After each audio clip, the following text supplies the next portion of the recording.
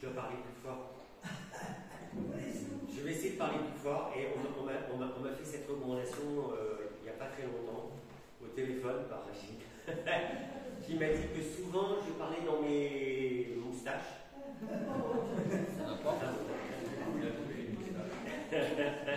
Non, que souvent j'articulais pas terrible et qu'on n'entendait pas tout ce qu'il fallait.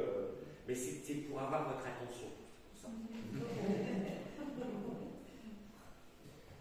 Merci beaucoup Dorothée. Ça va vraiment aller dans le sens du message de ce matin. Et je pense que le Saint-Esprit nous a vraiment édifiés ce matin et fait du bien. Je vais commencer par une histoire vraie. Mais quand je dis une histoire vraie, c'est une histoire vraie parce que c'est de la famille proche à moi. 2h du matin, cet été, le téléphone sonne. 2h du matin. Vivi, j'ai changé le nom pour pas que. Parce que c'est la famille. Je me sens pas bien. Vivi, je me sens vraiment pas bien. J'ai des angoisses, j'ai des douleurs dans le bras, ça va pas, Vivi. Et puis Vivi a dit attends, j'appelle les secours. J'appelle les secours. Vivi appelle le SAMU, explique, elle donne l'adresse. Puis les secours la rappellent, c'est un cabanon privé dans un parc d'attractions pour enfants. Oui, c'est bien là. Mais il n'y a personne qui répond. Puis Vivi qui dit mais défoncez la porte, je vous autorise, entrez, défoncez, entrez. Vous ne vous préoccupez pas par les dégâts, entrez, j'arrive, de toute façon, j'arrive.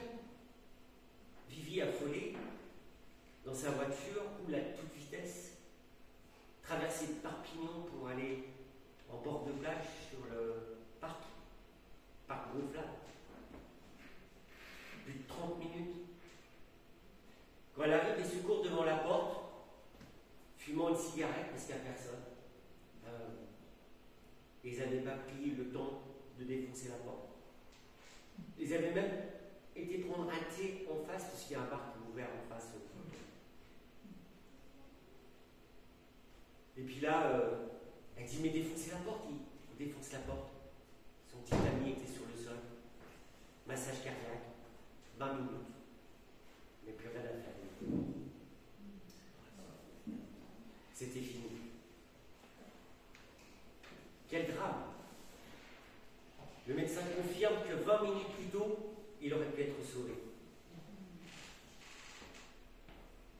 L'inaction, l'insouciance des sauveteurs, les plantes et tout ça, mais ça c'est pas vraiment on s'en moque. Considérez la brièveté de la vie. En un instant, tout est fini. Vivi n'était pas là ce soir parce que c'était la semaine où elle gardait ses enfants. C'est une famille composée. Parce que d'habitude, elle dormait dans le studio, sur cette plage, parce qu'ils n'avaient pas le moyen de payer des vigiles, donc ils dormaient sur le parc. Et un soir, en 20 minutes, elle n'était pas là. Tout bascule. Je vous confirme, personne n'est préparé à vivre ça. Personne. Et pourtant, Jésus nous prépare à ça tout le temps. Ce matin, nous allons prendre le temps d'écouter Jésus. Et quand je dis prendre le temps d'écouter Jésus, c'est vraiment prendre le temps d'écouter Jésus. Parce qu'on est là pour écouter Jésus.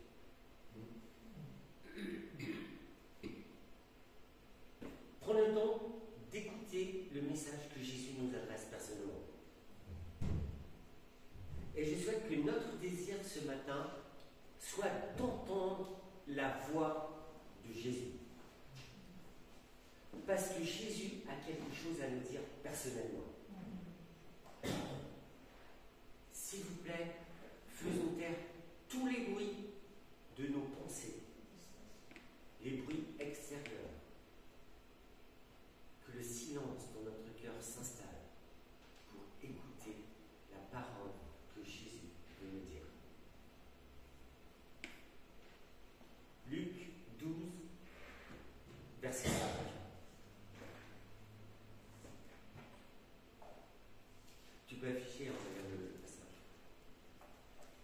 Je vais vous montrer qui vous devez craindre.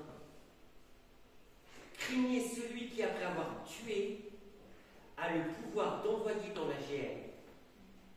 Oui, je vous le dis, c'est celui-là que vous devez craindre. Et il continue, est-ce que l'on ne vend pas 5 moineaux pour 2 sous, or pas un seul n'est oublié au regard de Dieu? À plus forte raison, les cheveux de votre tête sont tous comptés. C'est intéressant comme verset. Soyez sans crainte, vous valez plus qu'une multitude de moineaux. Je vous dis, quiconque se sera déclaré pour moi devant les hommes, le Fils de l'homme aussi se déclarera pour lui devant les anges de Dieu. Mais celui qui m'aura renié en face des hommes sera renié à son tour en face des anges de Dieu. Quiconque dira une parole contre le Fils de l'homme, cela lui sera pardonné, mais si quelqu'un blasphème contre l'Esprit Saint, cela ne lui sera pas pardonné. Quand on vous traduira devant les gens des synagogues, les magistrats, les autorités, ne vous inquiétez pas de la façon dont vous défendrez et de ce que vous direz, car l'Esprit Saint vous enseignera à cette heure-là ce qu'il faudra dire. Et là, il y a un truc étrange qui se passe. Jésus donne un enseignement quand même qui est fabuleux. Et il y a quelqu'un du milieu de la foule qui l'interpelle et qui dit, quelqu'un demande à Jésus, Maître, dis à mon frère de partager avec moi mon héritage, notre héritage. Qu'est-ce que ça vient faire au milieu de cet enseignement que Jésus donne? Et Jésus leur répondit, Homme, qui donc m'a établi pour être votre juge ou l'arbitre de vos partages? Puis s'adressant à tous, Jésus dit, gardez-vous bien de toute avidité, car la vie de quelqu'un même dans l'abondance ne dépend pas de ce qu'il possède. Et il leur dit cette parabole, qui va nous concerner ce matin. Il y avait un homme riche dont le domaine avait bien rapporté. Il se demandait, que vais-je faire car je n'ai pas de place pour mettre ma récolte? Puis dit, voici ce que je vais faire. Je vais démolir mes greniers, j'en construirai de plus grands, j'y mettrai tout mon blé et tous mes biens. Alors je me dirai à moi-même, te voilà donc avec de nombreux biens à ta disposition pour de nombreuses années. Repose-toi, mange, bois, jouis de l'existence. Mais Dieu lui dit, tu es fou. Cette nuit même, on va te redemander ta vie. Et ce que tu auras accumulé, tu l'auras. Voilà ce qui arrive à celui qui amasse pour lui-même au lieu d'être riche en vue de Dieu.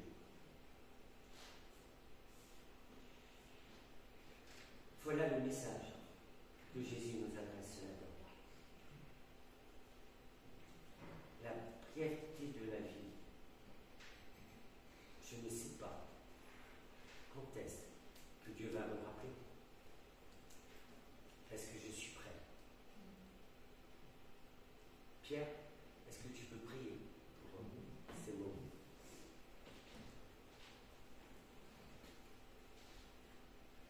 Seigneur Jésus, ta parole est sainte, elle est juste, elle est bonne pour nos cœurs.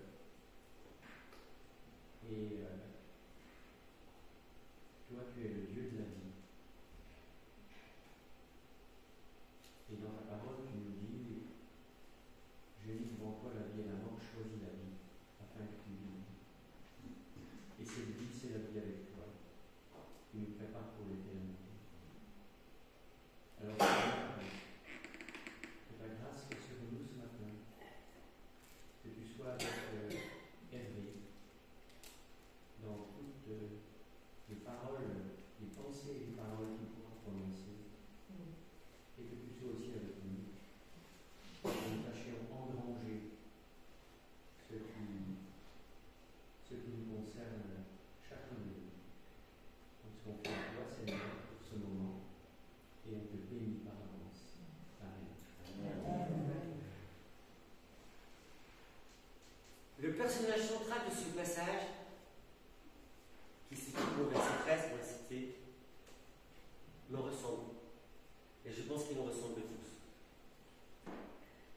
Souvent, nous sommes préoccupés par ce qui nous tracasse et nous sommes centrés sur notre problématique personnelle.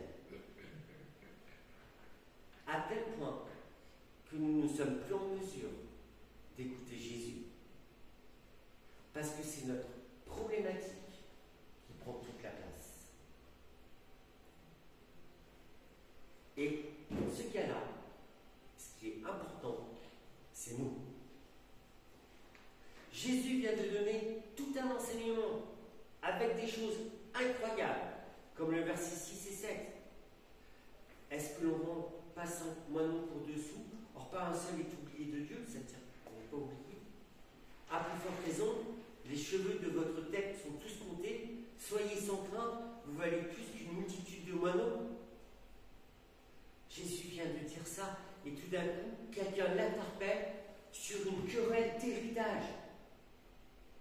L'inconnu qui interpelle Jésus est préoccupé par une seule chose, son héritage. Ce que Jésus peut dire ou faire passe au second plan. La question de si Jésus doit intervenir ou non dans son partage d'héritage ne se pose même pas. Je pourrais vous raconter l'histoire de comment c'était à l'époque, mais c'est pas ça qui importe.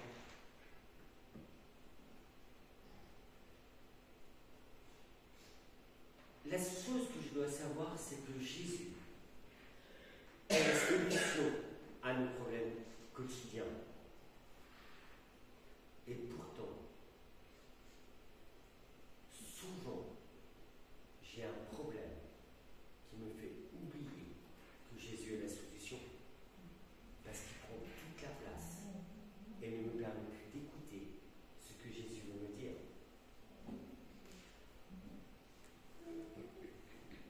Qu'est-ce qui a pris toute la place dans mon cœur au point que je n'écoute plus Jésus? Est-ce que je suis comme ce monsieur, avec une problématique qui va l'empêcher de faire confiance en celui qui prend soin de chacun de nous, malgré toutes les apparences? Et Jésus répond bien: homme, qui donc m'a établi pour être votre juge ou l'arbitre de votre partage? Oui, Jésus pourrait l'être. Mais là, Dieu ne peut ni être juge, ni arbitre dans sa problématique. Parce qu'il passe à côté de l'essentiel. Avoir confiance en Dieu. L'essentiel qui est de laisser ma problématique entre les mains de Dieu pour chercher en premier son royaume. Même si mon héritage est perdu, mon héritage se trouve au ciel. Qu'est-ce que je préfère? Alors, mes problématiques qui sont là, des fois, je dois les laisser. La demande que fait cet inconnu nous rejoint et peut concerner toutes les richesses après lesquelles nous courons.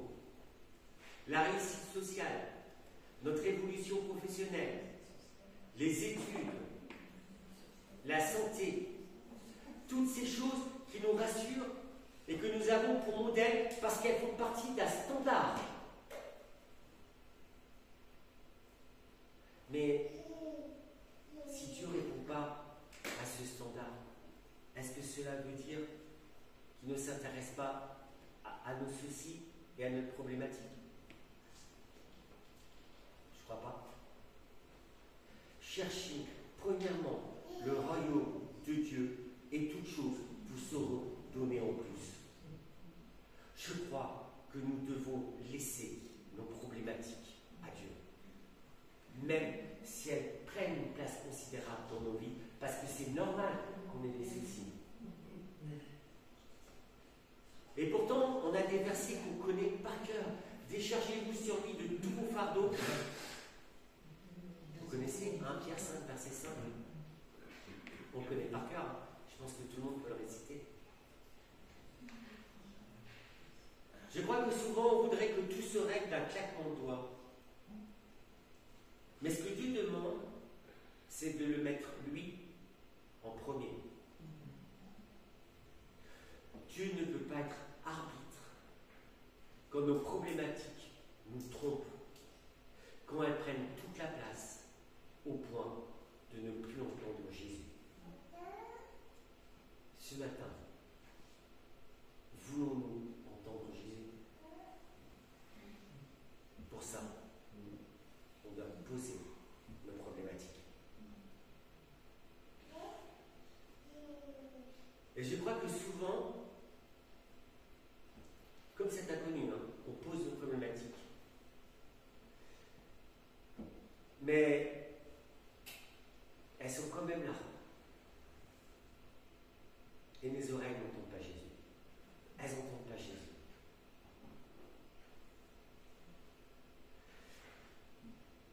Je crois que de ce personnage central qui a posé cette problématique et qui n'a pas entendu Jésus, Jésus porte toute notre attention parce qu'il a répondu à la question de ce monsieur avec une parabole. Et c'est là où on doit écouter. Souvent, on pose des questions à Jésus et Jésus nous répond. Est-ce qu'on est capable de ce personnage central qui a pris toute notre attention? Jésus va s'adresser à toute la foule et à nous particulièrement à travers une parabole. Et il s'adresse personnellement. Parce qu'en réalité, la réponse de cette histoire d'héritage se trouve dans cette parabole que Jésus va donner à chacun d'entre nous ce matin. Jésus met en avant, au travers d'une parabole, un homme qui a réussi socialement et matériellement. Cet homme fait attention afin de faire fructifier ses biens en prévision de l'avenir. Pour nous, c'est quelqu'un d'extrêmement sensé, de bien. Il travaille, certainement dur, et ne dépense pas sa fortune. Ça pourrait être pour nous une forme de prévoyance. On a vu qu'on a placé de l'argent sur le livret A, c'est une forme de prévoyance. Mais voilà que Jésus le décrit comme quelqu'un de tout sauf sensé. Parce que cet homme semble intelligent et riche en apparence, mais il lui manque l'essentiel. Il lui manque Dieu. Dans ce vide, parce qu'il est vide finalement, qu'est-ce qui va se retrouver face à Dieu? Je crois que l'enseignement de Jésus est important particulièrement au verset 5. Et le verset 5 va prendre toute son importance là. Je vais vous montrer qui vous devez craindre. Craignez celui qui, après avoir tué, a le pouvoir d'envoyer dans la géhenne. Oui, je vous le dis, c'est celui-là que vous devez craindre. La particularité de notre vie sur Terre, c'est qu'on capitalise tout pour notre vie sur Terre. Et on fait ce que fait ce monsieur. Ma maison, mon travail, ma réussite, ma famille, l'argent que je passe de côté, capitalise. Jésus va beaucoup plus loin après en disant « Il n'est pas riche en Dieu ». Verset 11. Verset 21, pardon. Il a tout prévu, sauf une chose. Il n'avait pas prévu qu'il pouvait mourir à tout moment. Comme mon histoire d'introduction, qui est une histoire vraie. Ils ont pensé au studio pour être sur le parc, pour pouvoir le garder. Dans ce studio, tout était aménagé, il y avait tout. Le confort, la télé, tout. La douche. Mais il manquait quelque chose. Il manquait Dieu. Jamais il n'aurait pensé à une fin tragique. Bien au contraire. Ah, la réussite était là. Et cette histoire, comme par hasard, rejoint cette parabole. Il a pensé à tout. Construire des greniers. Et tout s'arrête subitement. Quelle tristesse. Dans ce vide abyssal, vous imaginez se retrouver devant Dieu vide.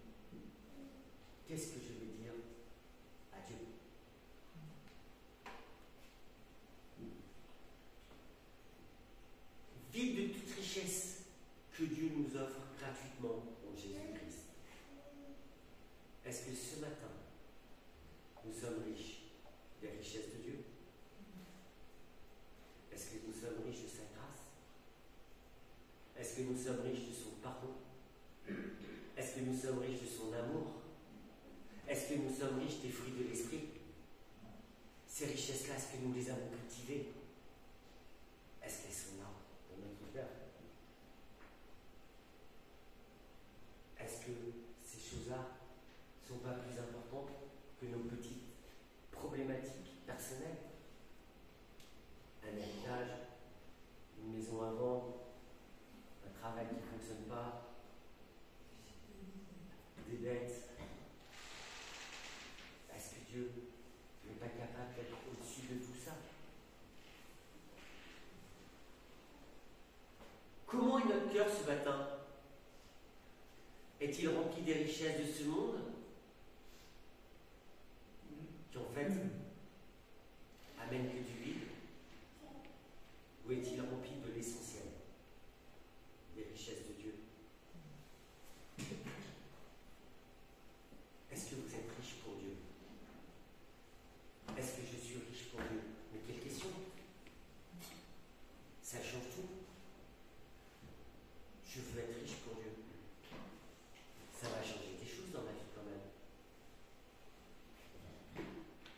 Je ne sais pas si vous avez remarqué, il n'est pas reproché aux riches de cette parabole de cumuler pour l'avenir. Il est reproché de s'être enfermé dans une bulle égoïste et personnelle où Dieu n'a pas sa place. Et des fois, en tant que chrétien, dans notre problématique, Dieu n'a pas sa place. Ah, je veux le dire. Et j'en suis parfaitement conscient.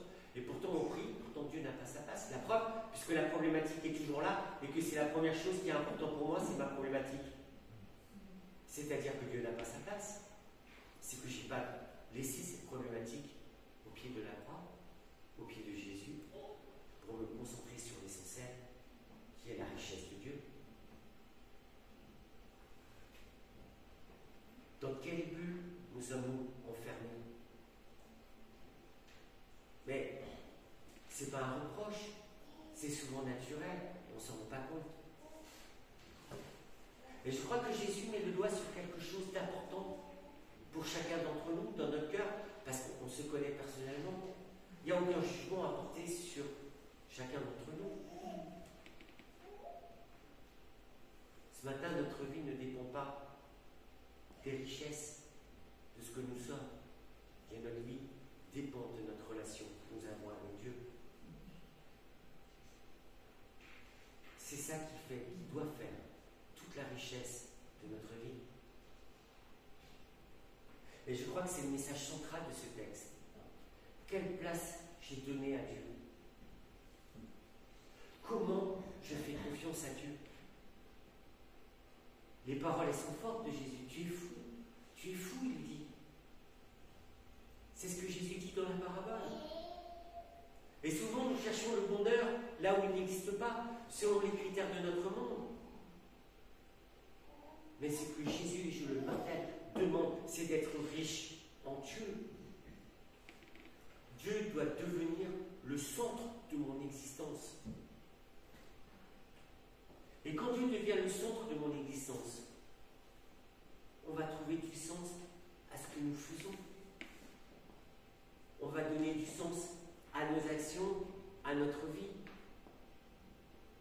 Et en plus de ça, on va participer intégralement au royaume de Dieu, en rayonnant par notre foi autour de nous.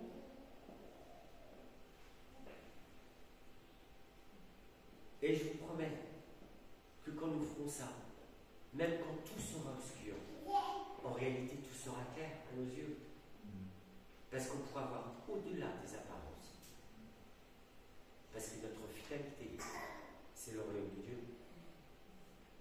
Et c'est Dieu qui tient tout dans sa main. Est-ce que ce matin, je suis capable de me séparer de mes fardeaux?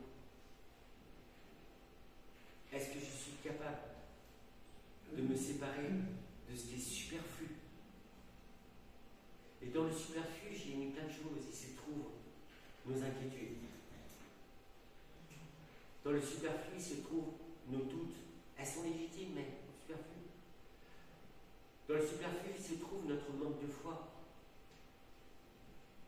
Dans le superflu, il se trouve notre péché, notre égoïsme, notre soif de richesse, notre moi, notre moi. Moi. Nous sommes séparés de Dieu à cause du péché. Est-ce que nous nous sommes séparés de Dieu à cause d'un superflu? Quel est le superflu qui prend toute la place de Dieu dans ma vie?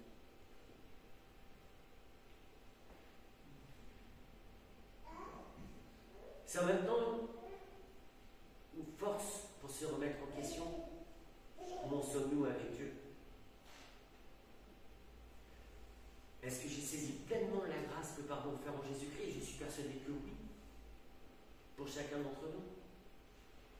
Et pourtant, il reste des petits superflus qui gâchent tout ça.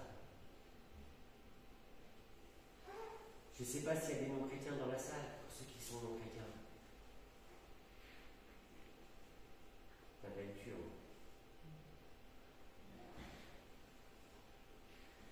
Comment résonne le verset 5 dans notre vie? Et particulièrement pour les non-chrétiens, et on devrait être des témoins, c'est important. Craignez celui qui, après avoir tué, a le pouvoir d'envoyer dans la géhenne. Oui, je vous l'ai dit, c'est celui-là que vous devez craindre. Il a une force quand même, le verset. Alors nous sommes sauvés, pas de souci. Mais on aura quand même des comptes à rendre à Dieu. Pour chasser cette crainte, Dieu nous a offert son salut, sa grâce, avec tous les dons pour être riches de lui. Et je sais que la plupart d'entre nous sommes chrétiens. Ce matin, est-ce que vous voulez être riche de Dieu? Riche de Dieu pour garder que ce qui est utile. Riche de Dieu pour faire que ce qui est important. Riche de Dieu parce que c'est là ce qui est nécessaire et essentiel pour chacun d'entre nous. Jésus nous interpelle de manière individuelle afin que dans cette perspective, nous puissions entièrement lui confier nos doutes, nos soucis, nos inquiétudes, nos fardeaux. Que nous puissions aussi lui confier nos biens, parce que les biens c'est important.